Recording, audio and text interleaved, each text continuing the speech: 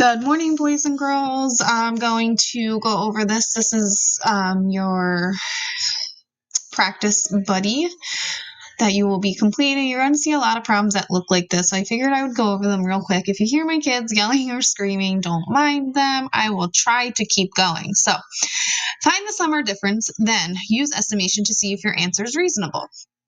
All right, so there's that word reasonable. We talk about that word reasonable a lot. You always want to think, does my answer make sense based on the information that you have and the information that you know? Is my answer reasonable? So if I were to, first you find the sum or difference. I'm adding, so that's a sum. So 400 plus 176. Let me see if I can write on here. I don't even know. Okay, I can. So the way that I would solve this is I would do partial sums. I would add my hundreds. So 400 plus 100 is 500.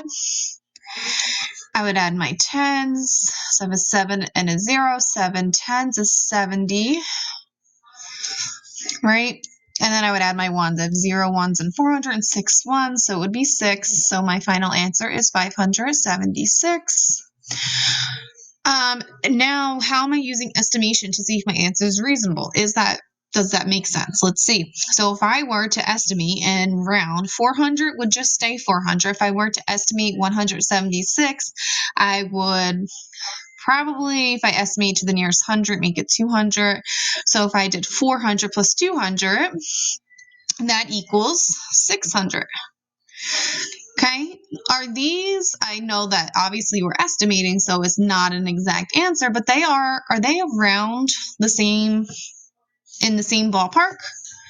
If they are, then that means that your answer makes sense and it is reasonable. So that's how you use estimation to see if your answer is reasonable. All right, 576 is close to 600. Like I said, it's not exact, but say if when we estimate it, we got like 800 somehow, and our answer was 576, would that make sense and be reasonable? No, it would not, because 800 and 576 are very far apart from each other. So that's how you do these types of problems. And of course, you have some word problems on here where you have to, again, read the questions, reread it, see if there's a hidden question, and again, always check to make sure your answer is reasonable. All right, well, I hope this helped you with solving some of these problems. Thanks.